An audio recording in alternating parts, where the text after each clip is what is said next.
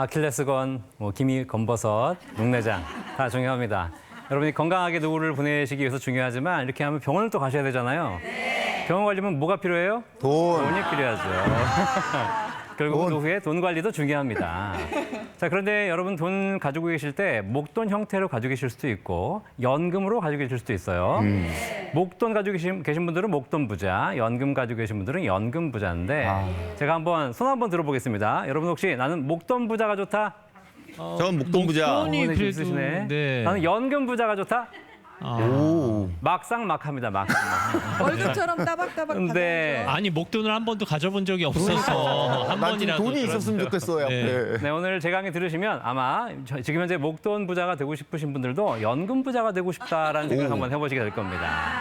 자, 여러분들 혹시 목돈과 연금이 어떤 차이점이 있는지 혹시 아세요? 일단 여러 가지 차이점이 있는데 제가 첫 번째 차이점 한번 설명드리도록 하겠습니다. 목돈은 내가 지켜야 하는 것, 연금은 나를 지켜주는 것.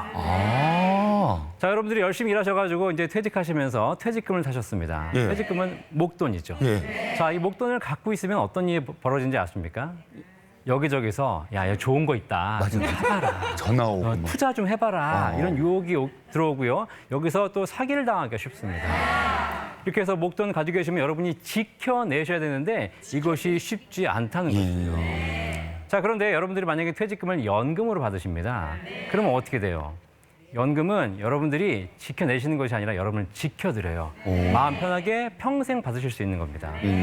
KBS 시사기획 창이라는 프로에서 그 한 99세 되시는 할머니, 요양병원에 계신 할머니 얘기가 나온 적이 있는데요.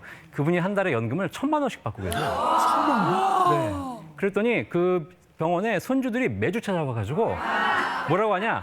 할머니, 200살까지 사세요. 이렇게 얘기해 주는 겁니다. 용돈 받고. 연금은 여러분을 지켜드리게 됩니다. 두 번째 차이점 한번 보도록 하겠습니다. 목돈은 날리면 평생 힘들지만 연금 날리면 한 달만 참으면 된다. 그렇지, 그렇지. 네. 예. 제가 여러분께 질문 한번 드려볼게요. 한 달에 200만 원 연금 받으시는 할머니가 계십니다. 자, 이분이 노후에 사기를 당할 수 있는데 이번 달에 사기 당할 수 있는 최고 금액이 얼마예요? 200만 원. 200만 원이에요. 200만 원, 200만 원. 네. 200만 원. 이번 달에 연금 미리 받으신 게 땡겨서. 200이기 때문에 사기 200만 원 다음 예, 예, 날입니다. 대신에 다음 달에 또 나옵니다. 또 나오는 거야. 걱정이 안 돼요. 사기 당해도 돼요. 예, 예, 예. 자, 그런데 목돈 가지고 계신 분 어떻게 되죠? 한 번 사기 당하면 다 날리죠. 끝나는 거죠, 끝나는 그럼 거죠. 어떻게 돼요? 평생 힘들어요. 예, 예. 네, 이래서 목돈 날리면 평생 힘들지만 연금 가지고 계시면 한 달만 고생하시면 된다는 사실입니다. 아, 사기꾼도 다 알아서 연금 부자에게는 안 덤벼요. 네. 네. 자, 세 번째 특징 말씀드릴게요. 목돈과 연금의 차이점. 목돈은 빼쓰는 것, 연금은 타쓰는 것. 야. 자, 이게 뭘까? 제가 얼마 전에 어떤 어르신을 만나가지고 잠실에 계신 어르신이었는데 이제 상담을 했습니다. 카페 가서 상담을 하는데 이분이 커피를 안 시키시는 거예요. 네. 커피 한 잔 드시려고 그랬더니 자기는 괜찮다 그러면서 나가자 그러시는 겁니다. 그래가지고 공원에 앉아가지고 상담했습니다. 자, 이렇게 그래서 저는 이분이 좀 자산이 좀 없으신 분이신가 보다라고 얘기했더니 50억대 자산가였어요. 정말로요? 네. 아니 이렇게 돈이 많은데 왜 이렇게 커피 한 잔 값을 아끼실까? 예, 예. 뭐 아끼는 건 좋은데 너무 아끼시는 거예요. 예. 그래서 제가 연구를 해봤더니 이분들은 목돈을 가지고 계시기 때문에 빼쓰셔야 되는 겁니다. 커피를 먹던 여행을 가든 병원을 가든 빼쓰셔야 되는 것이죠. 여러분 빼다가 영어로 뭔지 아세요? 빼다. 마이너스. 뭐 어렵지 않습니다. 빼다. 마이너스. 마이너스. 예. 그러니까 목돈 가지시는 분들은 계속 빼야 되기 때문에 마이너스 마이너스. 인생을 사시게 되는. 그래서 불안하신 겁니다. 금액이 줄어드니까. 반면에 연금은 타 쓰는 겁니다. 여러분 용돈 탔다, 월급 탔다, 개 탔다. 예. 타다는 느낌 어떻죠? 그냥 기분이 기분 좋다. 좋죠, 무조건. 플러스. 예. 그래서 연금 가지신 분들은 이렇게 플러스 인생을 사시게 됩니다. 플러스. 목돈은 마이너스, 연금은 플러스. 와.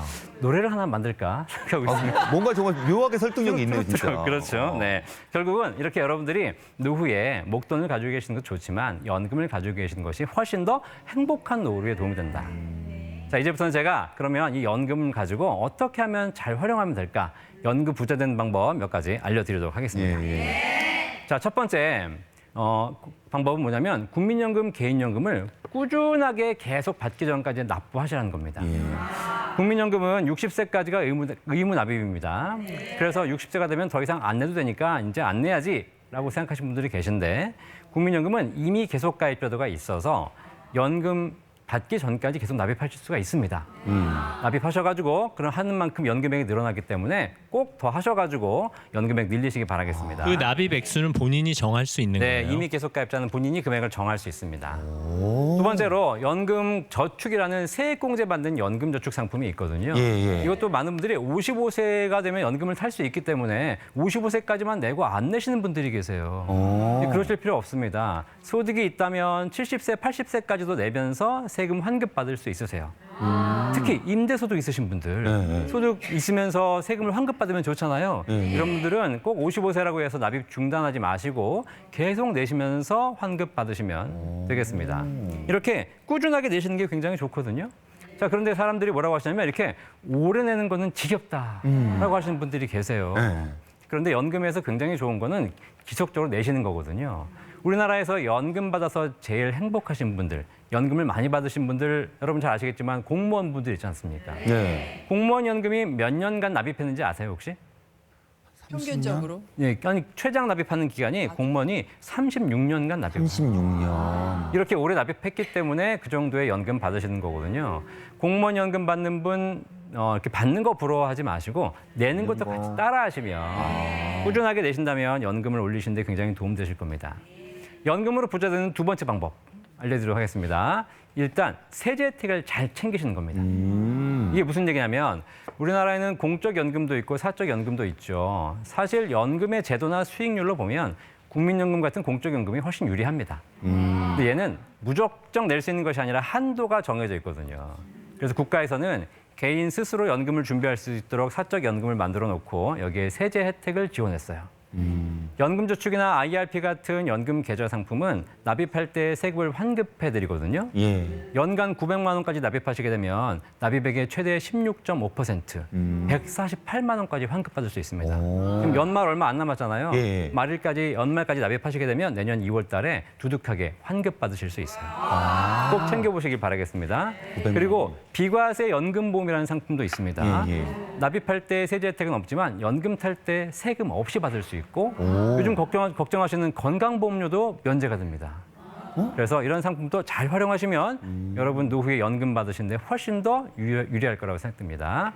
자, 이런 세제 혜택은 한도는 오래 쓰셔야 됩니다. 네. 내년이 지나면 한도가 사라지기 때문에 올해 일찍 준비하셔가지고 하시는 것이 좋을 것 같습니다. 연금 부자가 되는 세 번째 방법입니다. 이렇게 연금을 잘 관리하는 것도 중요하지만 실제 수령할 때가 되게 중요하거든요. 예. 그래서 연금 수령하는 전략이 세 가지가 있는데요. 첫 번째, 계단식으로 수령하시라는 겁니다. 사람들이 연금을 수령하게 되면 그냥 평생 동일한 금액을 수령한다고 생각하시는데 그렇지 않고 은퇴 시기를 연구해 보면 돈이 좀 많이 필요한 시기도 있고 적게 필요한 시기도 있죠. 활동력이 있는 좀 젊은 시기에는 좀 많이 수령할 수 있도록 하고 그다음에 나이가 들면서 점점 좀 약간 줄어드는 이렇게 수령 전략을 짜시는 것도 굉장히 좋습니다. 일단 평생 받을 수 있는 종신연금형 이걸 밑에 까시고요. 그다음에 차근차근 올리셔가지고 5년, 10년 이렇게 확정 기간 연금형으로 수령하시게 되면 잘 수령하는 전략 짜실 겁니다. 두 번째, 수익률에 따라서 연금 수령을 조절하는 겁니다. 무슨 얘기냐면 여러분이 가지고 계신 연금 중에서 수익률이 높은 연금도 있고 낮은 연금도 있어요. 수익률 낮은 연금, 둬봐야 별로 안 늘어나는 연금은 빨리 인출하시는 거고요. 네. 수익률이 높은 연금은 늦게 인출하시는 겁니다. 아. 예를 들면 국민연금 같은 경우에는 1년 늦출 때마다 7.2%씩 연금액이 올라갑니다. 와. 그러니까 이런 연금을 빨리 받으실 이유가 없죠. 물론 연금이 없다면 빨리 받으셔야 되겠지만 다른 자산이 있다면 그걸 먼저 빼쓰시고 그리고 국민연금 늦추시는 게 좋고요. 일반 연금 중에서도 수익률이 높은 연금들이 있습니다. 이런 연금들은 늦게 인출하시는 것이 훨씬 유리하죠. 이렇게 여러분 연금 수령 시기를 조절하신다면 굉장히 좋을 텐데 이게 되게 당연한 건데 잘 모르시는 분들이 많이 계시더라고요.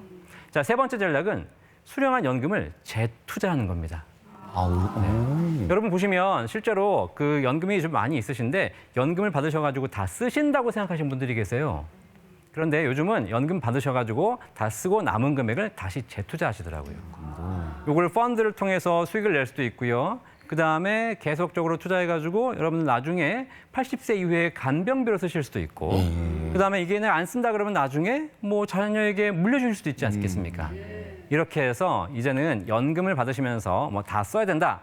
이런 생각 마시고 내가 평균 수명 이제 100세까지 가셔야 되기 때문에 꾸준하게 재투자하셔가지고 더 많은 연금을 준비하시는 것이 근데 행복한 그게 노후를 또 위한 연금이 거죠. 좀 남아야 재투자도 하고 맞아. 그러는데. 예. 네, 그래서 큰 금액을 만들어 놔라 이런 말씀이 그렇죠. 되는군요. 뭐 사실 뭐 연금만 가지고는 부족하다고 생각하시겠지만 목돈을 연금으로 바꾸신다면 훨씬 더 연금 수령이 더 많아질 거기 때문에 우리나라는 부동산, 주택도 많이 가지고 계시지 않습니까? 예, 주택 예. 연금 받으시게 되면 연금 생활도 여유 있게 하실 수 있거든요. 예. 그런 것도 꼭 한번 활용해 보시기를 바라겠습니다.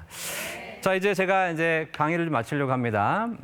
여러분들 혹시 우리가 나이가 들면서 젊을 때는 소홀하게 생각하지만 나이가 들면서 점점 소중해지는 게 있거든요. 세 가지가 있어요. 예. 첫 번째가 오늘 우리 선생님 다 얘기하셨지만 건강. 나이가 젊을 때는 우리가 소홀하죠. 근데 나이가 예. 들면 소중해지지 않습니까? 두 번째가 가족. 가족. 그렇죠. 가족 소중하죠. 세 번째가 연금이에요.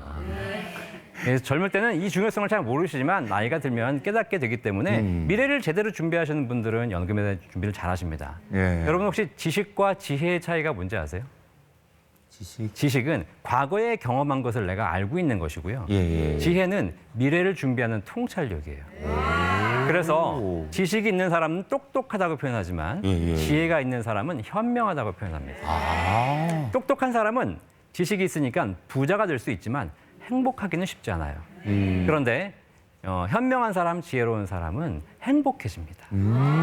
여러분 지금 이제부터라도 우리가 미래를 위해서 건강, 가족, 그리고 연금 세 가지를 잘 준비하셔서 지혜롭고 행복한 노후를 준비하시기를 바라겠습니다. 예. 네, 이용주 선생님 워낙 지혜로우셔서 우리가 강의를 듣고 나면 뭔가 이렇게 넘어가는 것 같은 그게 완전 이제 연금 빨리 또 계좌를 가입해야겠다 하나 뭐 이런 벌어야 생각이 되나. 듭니다. 근데 국민연금 많이 받으면 저도 네. 이런 궁금증이 있었는데 세금 많이 내고 또 건강보험료 많이 늘어나는 거 아닌지 걱정되신다고요? 네, 그런 걱정하시는 분들이 계세요. 네. 사실 그런데 국민연금도 연금 받으실 때 세금 내셔야 됩니다.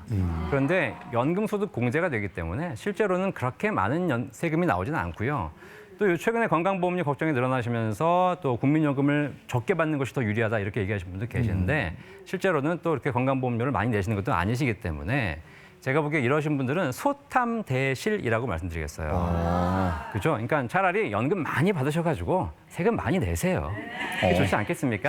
그래서 연금 전략 잘 세우시기를 바라겠습니다. 앞서 말씀하신 연금 수령 전략도 나는 지금 소소한 수입이 있으니까 초기에 조금 덜 받고 나중에 많이 받겠다 이런 전략도 가능할까요? 충분히 가능합니다. 네, 임의로 조절할 수 있단 말씀이시죠? 그렇죠. 네. 그러니까 한 상품도 이거 조절을 가능한. 네, 한 상품 내에서도 가능한 경우가 있고요. 연금이 여러 가지 있으신 분들은 그걸 포트폴리오를 짜서 전략을 만드시면 되겠습니다. 네.